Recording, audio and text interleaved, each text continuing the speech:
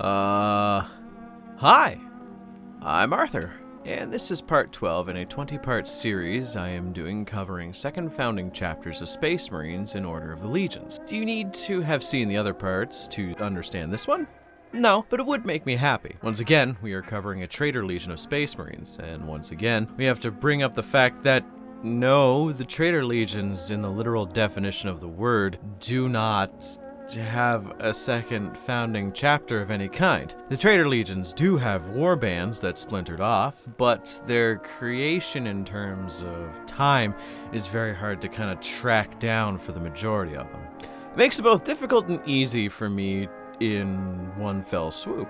There are numerous ways I could have chosen successor for the second founding of the World Eaters. I could have chosen Karn's warband, as he was one of the most recognizable members of the World Eaters. Or maybe I could have covered most popular warband that splintered off from the Legion immediately following the Horus Heresy. The sky really is the limit, so I decided to fill this gap with something that is honestly as close to a second founding chapter of the World Eaters as possible, and the reason for this is kind of mixed. To give you some backstory, I was once a young lad fresh to the hobby. I played a few demo games of Tau vs. Blood Angels and thought I would love to invest in this game. So I went to my local game and hobby store. We didn't have a Games Workshop nearby, to which they directed me to do more research on Games Workshop so I could understand what faction I wanted to play more. Going on the Games Workshop website for the first time was like experiencing one of those Galaxy Brain Ascension memes, where I felt every neuron in my brain firing off at max capacity, and thus my fascination in 40k and wargaming as a whole was sparked. So, color me intrigued when I find out that there was a second site, filled with more artisanal miniatures that I couldn't order unless I ordered directly from the site. It was at a premium price, and for those of you who don't play the game and just enjoy the lore, the second site was called Forge World, and everything there is super unbalanced in terms of rules if it was in 40k, Age of Sigmar, or what have you. Super expensive, and also they had miniatures for the Horus Heresy, which is, the only reason why I use the site now, or say I use the site and just get a recaster. So I was going through the 40k section of this site, and noticed there were Forge World exclusive Space Marines and Chaos Space Marines,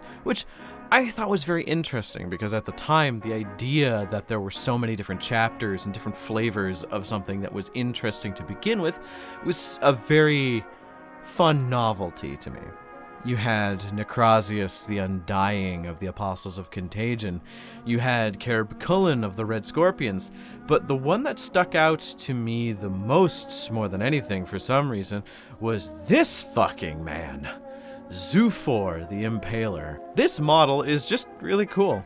I like the aesthetic of Khorne, though he's probably not my favorite Chaos God. His miniatures are always fucking great. This Terminator with a dead commissar on his back is such a good silhouette. He was the only one I immediately Googled the name of to find out what he was the leader of, and apparently it was a pretty significant Khornate warband in 40k. The Skulltakers, which is what we are discussing today. It's kind of funny to discuss these guys, as Zoofor is such an important component to the chapter, but he didn't start in the chapters, per se. Originally, were a chapter of Space Marines of an unknown origin known as the Berserkers of Caradon, which, come the fuck on, dude. You have Berserker in the name. I mean, I get it, there's a god of blood who's constantly hunting the Blood Angels, but having Berserker in your name usually marks you out for nothing good. I constantly just question why they don't name Space Marine chapters after nice things so it can throw off the scent of chaos, like the Flower guys, or the Rainbow Marines. Oh hey, regardless, the information about them as a chapter prior to the fall of the Blood God is relatively unknown, though it's heavily implied that they fell to Khorne for a reason, that reason being probably berserking too much in some area known as Caradon. So, they became a small warband of Khorne-obsessed Space Marines. They did not play a significant role in the lore until Zoofor came around. That's as good a segue as any. Who is Zoofor? And I'll shit you not, his backstory stuck with me for so long, ever since I read it. Essentially, he was not born into that warband or the chapter prior that was corrupted. He was a member of a White Scar's successor chapter known as the Stormlords. He was just some sergeant named Balzac. I'm sorry. His name was Balzac. I'm a child.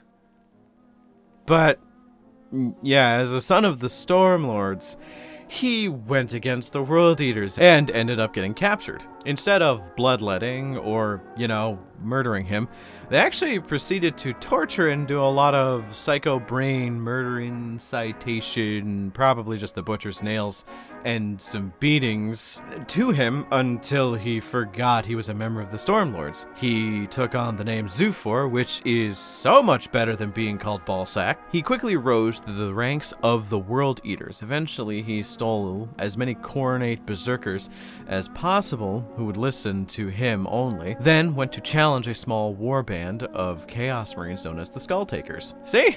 It all comes together in the end. The Skulltakers were angry.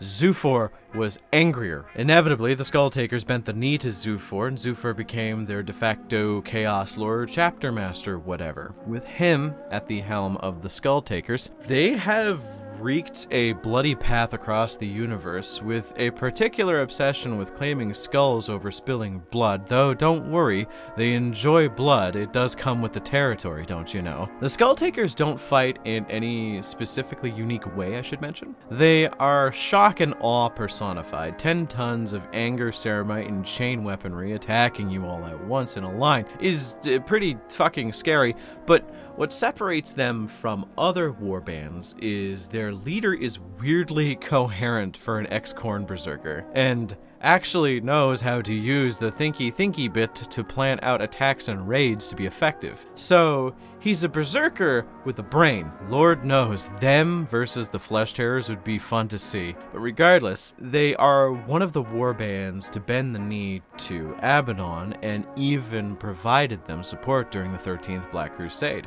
with Zoofor even being considered one of Abaddon's top generals. Before I go, I do want to briefly mention that the Skulltakers are most well known for being one of, if not the most important element of the traitor side of the Siege of Vrax.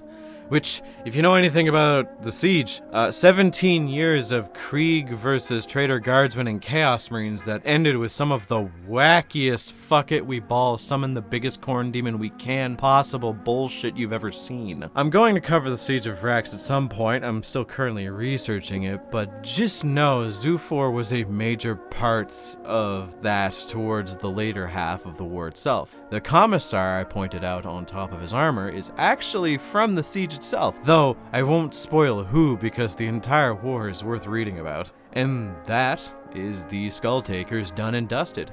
What do you think about Abaddon's personal war dog style warband?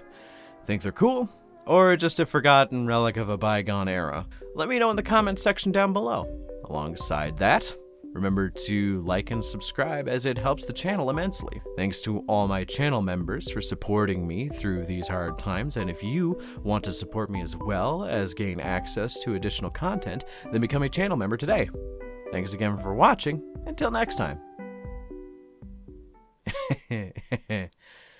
Balzac.